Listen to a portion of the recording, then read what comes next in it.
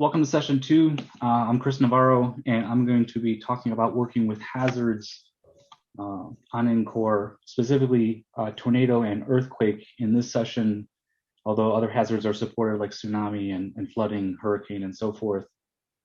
So the way I'm going to work this session is I'm going to walk through a Jupyter notebook that I have and talk through the different parts of the notebook as we're going through it. And then afterwards, you all have, hopefully if you had success from the first session, you have all the notebooks, and then you'll be able to walk through. We'll break out into sessions again, and you'll get a chance to kind of walk through this same notebook with the material kind of right there to follow along. And then there'll be others that can, TAs just like before, where you can ask questions and get into more details. I'm going to give a high level overview. Like I said, welcome to session 2. So I'm going to get started here with the basics of INCORE. INCORE has a Python library called PyINCORE that provides a set of modules for talking with the web services, running analyses, some utility methods, and we're going to kind of introduce those as we kind of walk through this notebook. The first one is INCORE Client. This is an entity that provides a secure connection to the INCORE services. In a little bit, when we get to a few lines of code here, we will actually authenticate against the service, or I will, and then you will in the hands-on portion. So INCORE Client provides that connection to INCORE, the web services. The hazard service is an object that takes the INCORE Client and uses that connection to provide some methods for working with different hazards. So retrieving existing metadata for various hazards, which we will do. You can search for hazards. You can create new hazards, and you can delete new hazards and so forth. And you can fetch values from those hazards for specific locations. And we're going to do some of those during this session.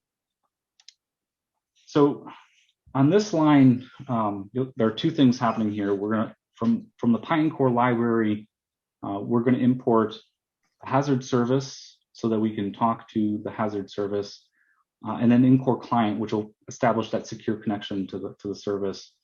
The other thing is there's a JSON library that we're going to import, and this is really just so that we can, when we talk to the service, it's going to give us back a JSON object of information, metadata about the object, which you'll see in a few minutes if you're not familiar with it and that concept. And the JSON library is just going to allow us to print that information in a little bit more of a prettier fashion so that it's more human readable than just a string of text. And we'll see all that in a little bit. So if I hit run here, it's going to import that. So this one indicates that it was successful in running this line, this cell. On this line, so there's two things happening here. One, it's going to establish that INCORE Client connection. And by default, it connects to our production service. You can actually pass a URL if you had your own INCORE service set up, or we have a development service. We have a few others that for testing that we have. By default, everything is set up to go. When I run this line, it's going to ask me for my credentials, and then the second line here is going to create this hazard service object and give it that client so that it can use it during the session here. So I'm going to enter my credentials for the service. So it's indicating that we had a successful connection to INCORE services. It also printed out the PyINCORE version that I'm using. So I'm using the latest release, which is 1.2. This can be very useful, especially if you haven't ran in a while and you're having issues working with something. You can tell us what version you have, or at least check with our service or check with our website to see, are you running the latest? While we try to maintain backwards compatibility, sometimes it's just there could be something that ends up either eventually we're far enough along that it's no longer backwards compatible, or something you're not using the latest. And so it's always good to kind of see what version you're working with.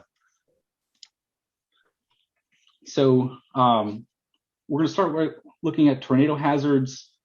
In this section, we're going to work with an existing tornado that we've already created, and we're going to do two things. One, we're going to obtain the metadata for that tornado object, and we're also going to get some values at a specific location. I'm gonna hit run here. So we already have a tornado we've created on the service. It's a fictitious tornado we've set in Memphis, Tennessee, just to kind of give us something up to look at. And so here, the critical thing is that this ID is unique for every object in the in-core service has a unique ID. So this way we can know which object we're working with. So in this case, here's that ID. We've set it to a variable called example tornado ID on this line. The next thing we're going to do is, so we're going to use that hazard service object that we just created with the in-core client, and we're going to call this method called get tornado hazard metadata, and we're going to give it that example ID, and we're going to store what's returned from the service in this object called tornado model metadata, and then we're going to use that JSON library to print out. And this is what I was talking about earlier. Was normally it would just be a string of text. Here we're going to ask to indent with 4 spaces, 4 space tabs, and asking it not to sort the keys. So this is just something you can set to if you wanted the keys in alphabetical order. All right, run there. And so this is the JSON object that was returned from the service. I'm going to go through a little bit of this, and we'll talk about more parts of this as we kind of work through the notebook. I'll just point out a couple of parts here. So the tornado type here, it's a model-based. We also support dataset-based, which we will work with later in the session. We gave it's got a name, it's got the ID that we saw above here, a little bit of a description, who created it, what kind of model it was. So this was a mean width tornado model that was used, and again, I'll talk about a little bit of that later. The EF rating. One other piece I'll point out is, so this dataset ID, this is something that when that scenario tornado got created, we also generated a data set that represents the EF boundaries, which we can use to display, and we're going to do that here in a couple of minutes, on a couple lines down from here.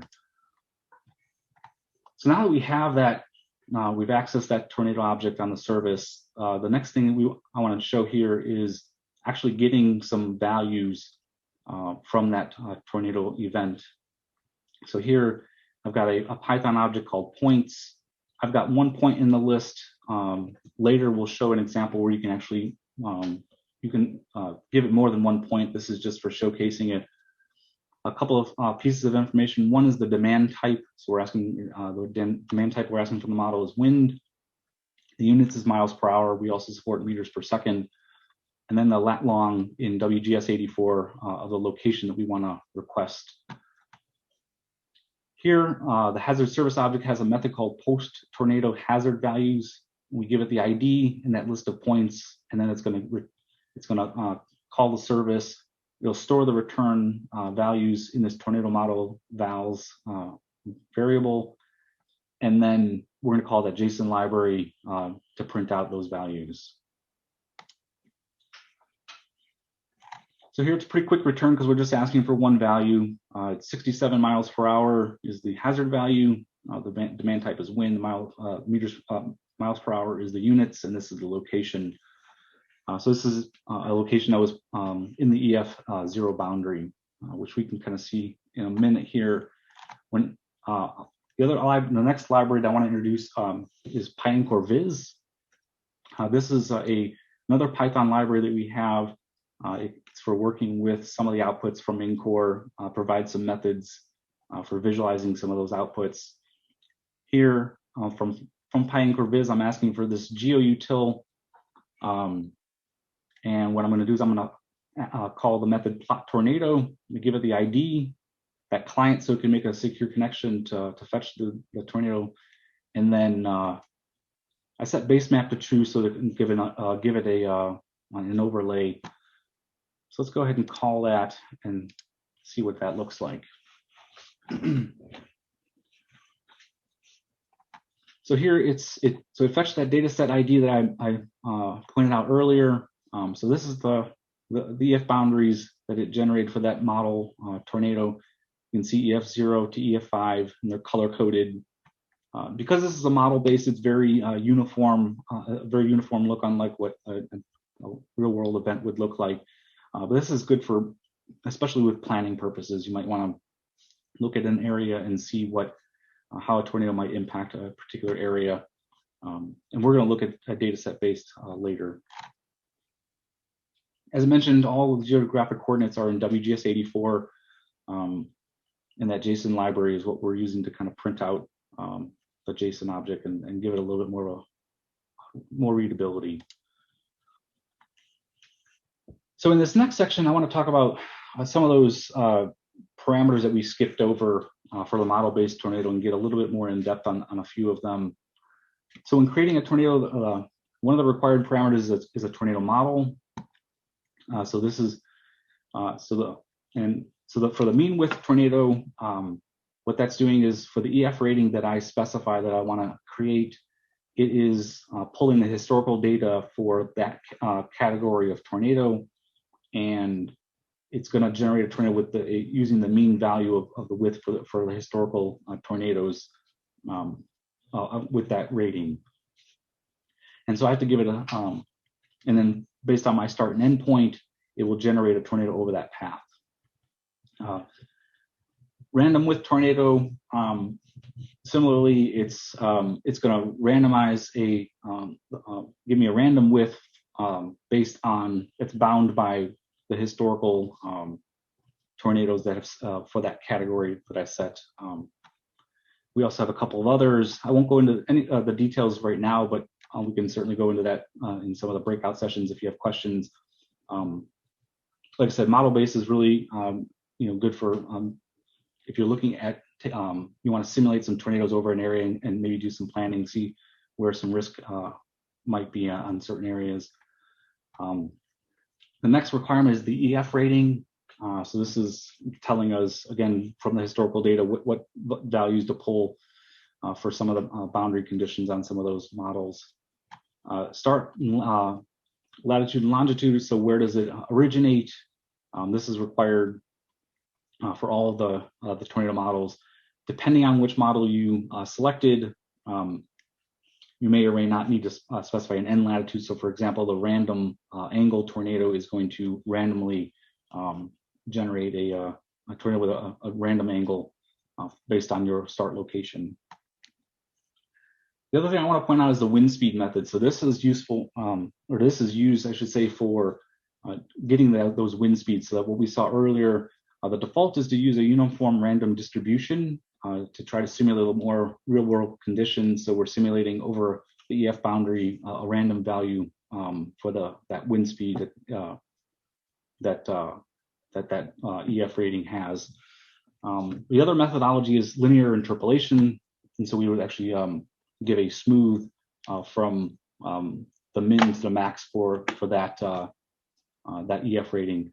Like I said, we default to the uniform random distribution, just trying to provide a little bit more of what's seen realistically is it's usually not uniform across that boundary.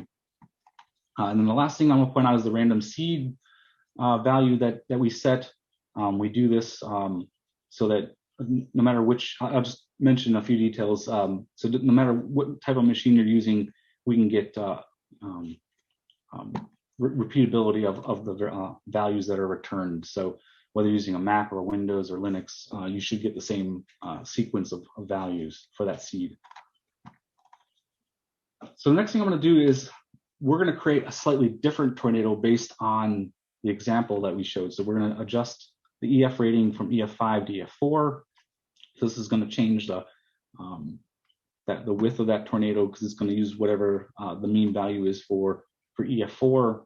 We're changing slightly the start and end location, and we're adjusting the seed value to give a different sequence of numbers. So this is the JSON to create that. Here we've tweaked it. You can see EF4, the start and Latin long has been changed. The seed value has changed. Still using the same wind speed method. So on this line, we're going to take the JSON for that new model. We're going to use the JSON library that we have to serialize it on this line. And then we're going to call that hazard service object again, and we're going to ask it to create that scenario tornado using what we set in this JSON object. That the service is going to return that response and store it in model response, and then we're going to print it using that JSON library.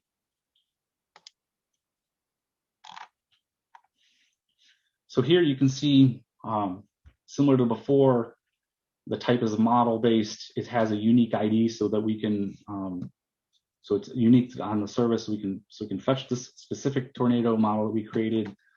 I created it, so I'm the creator. You can see it's a mean width Tornado model, and then a few other parameters I won't go into.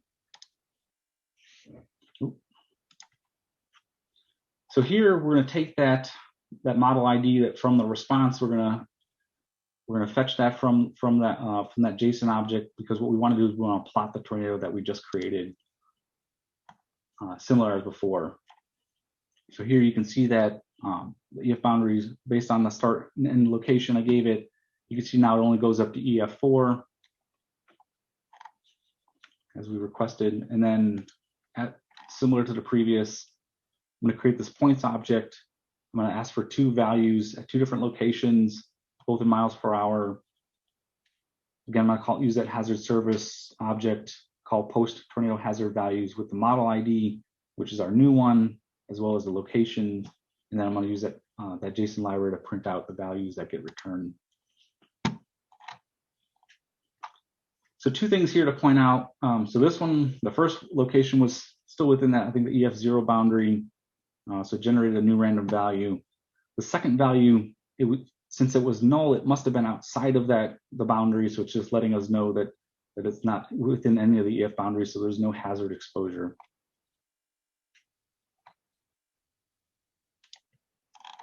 So next section, we want to now change gears a little bit. We're going to create a data set based Tornado. So you notice the metadata is a little simpler because we're not providing a lot of the other values that are needed. So we don't need to set a model. We don't need to set a start and end location because we're actually going to use a Tornado that we have that's data set based, because it's one from a real world scenario. So here, similar to before, I'm going to serialize that JSON object. Here, I'm going to set the path to the files that represent that Tornado. I won't go into all the details, but these are for a shape file is made up of multiple files, some containing the geometry, some containing the attributes, the projection, and so forth. So similar to before, the hazard service has a method for creating that Tornado. It's going to look very similar to the previous. We're going to pass it that JSON object, but this time we're going to pass it the path to the data sets so we can upload it to the service and associate it with that hazard object. And then we're going to print response from the service. So like I said, it's not as expansive as the previous because a lot of the other things that went into the model are not necessary here because it's data set based. And similar to before, from the response, we're gonna pull out the data set ID. We're gonna print that ID, and then we're gonna plot the Tornado on the map. Should take just a second. So it's fetching that from the service, and here is that data set based Tornado. You can see very different from the model based, since this one's for an actual event. And similar to before, we are going to fetch a couple of hazard values, or we're going to request from the service hazard values from that data set based Tornado. Again, we're to call that post Tornado hazard values with the ID and the points. And then we're going to print it out using that JSON library. So here we've got one value at 216 miles per hour and one at roughly 102 miles per hour based on the locations that we sent. And this is another example I'll just mention briefly, is where we actually can pass multiple points to the service. So you can make a list of 100 points and ask it for all of them all at once rather than making multiple requests. All right, so we're gonna turn our attention now to earthquake hazards. A lot of this is going to look similar, except for the metadata is going to be different. But as far as working with PineCore and the PineCore service, it's going to look very similar. Here we're going to work with both model-based and dataset-based earthquakes in this section. So similar to the previous, here we already have an example earthquake, again in Memphis, Tennessee, that we've created on the service. We're going to ask the hazard service object to get the metadata for that object, passing it the ID. We're going to print that information, and then we're going to plot that earthquake. And I'll talk about some of the details once that comes up. So here, similar to before, model-based, has a unique ID on the service, so you can get that for use later, which you'll see when you get to the other sessions and are working with some of the analyses. Has a name, a description. Here the attenuation model is Atkinson-Bohr 1995. Just for simplicity, we support a number of the NGA West attenuation models and some other models. I won't go into too many of the details on this. So here you can see the epicenter, the magnitude. I will point out, so there's also this visualization parameters. This is telling you, so when you create a model-based earthquake, you can tell it to generate a raster for that area, and that's really just for visualization purposes. And in a moment here, when I scroll down, we're going to kind of see what the visualization looked like. Here's some details about that raster data set that it got generated based on the parameters that we set in the model. And so here's a visualization of the peak ground acceleration for that model-based earthquake, and legends showing the range of G values for that area of interest. So this corresponds to the visualization parameters that we set.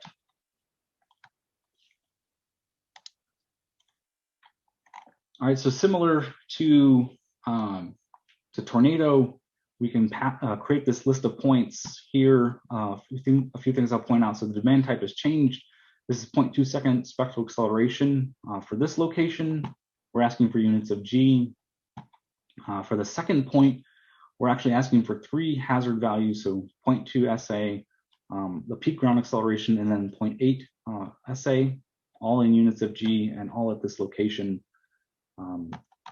Here, similar to the Tornado, we've got an endpoint or a method post-earthquake hazard values. You can give it the ID as well as that list of points, and then print and ask it to print out the response from the service.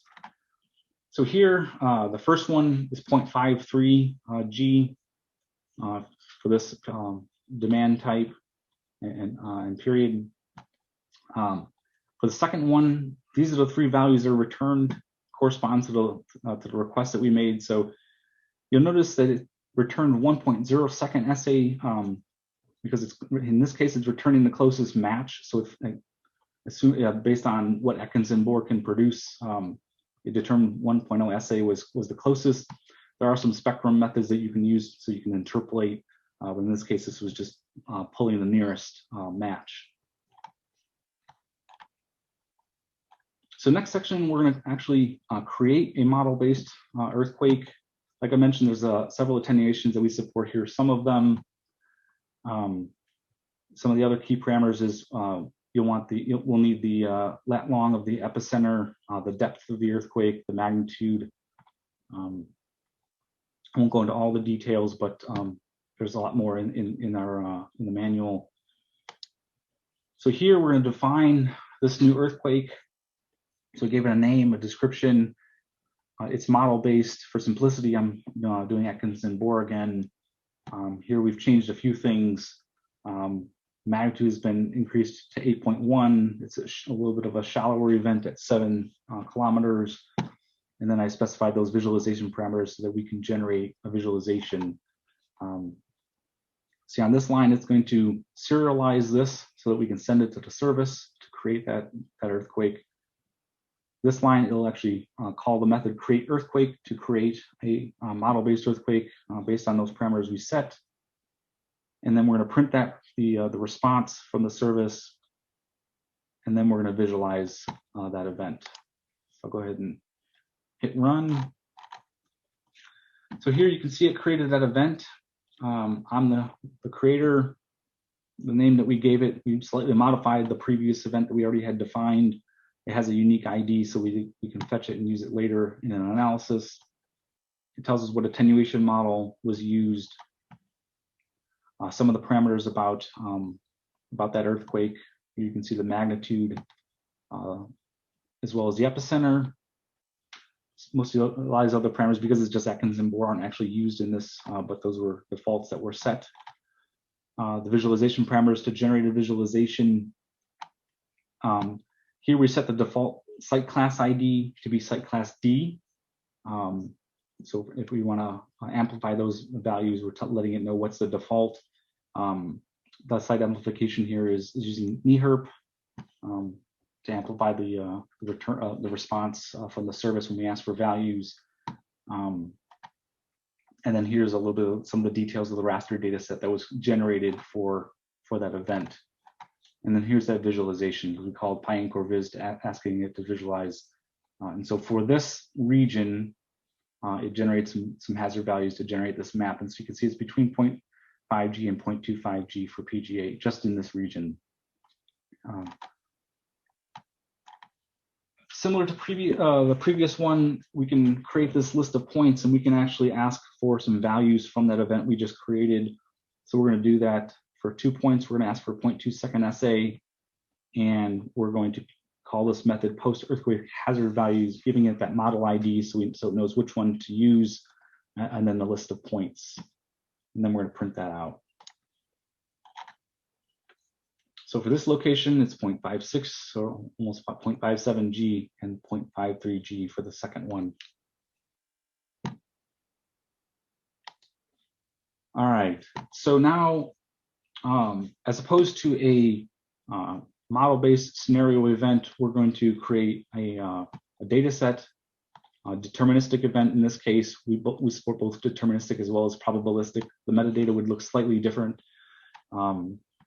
If it was probabilistic, we need to know. We want to know what the return period is for that. In this case, it's deterministic, so we're just going to provide a name, a description. We let it, the service know it's a data set based earthquake.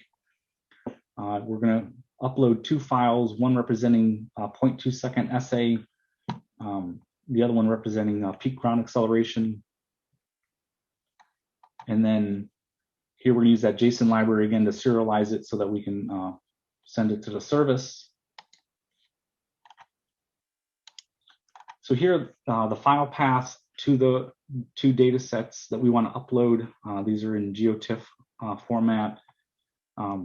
Order is important. It needs to match the order that we said we wanted to attach those files. And so it needs to be in the order that we specify the metadata here. So SA first, PGA second.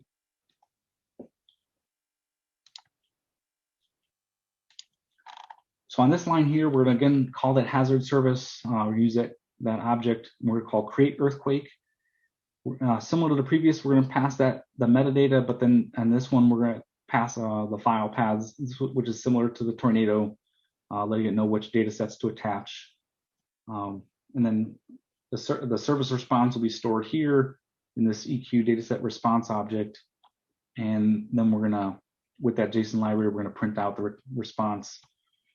And then we're going to call PyEncoreViz to visualize both of those raster data sets.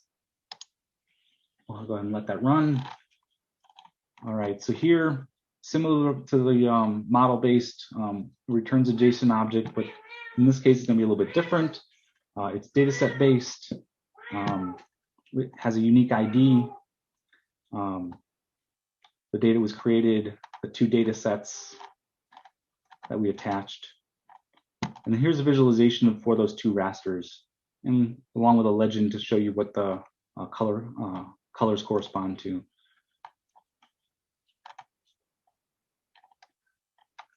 So on this next line, similar to the model-based, we're going to create an array, a list of points.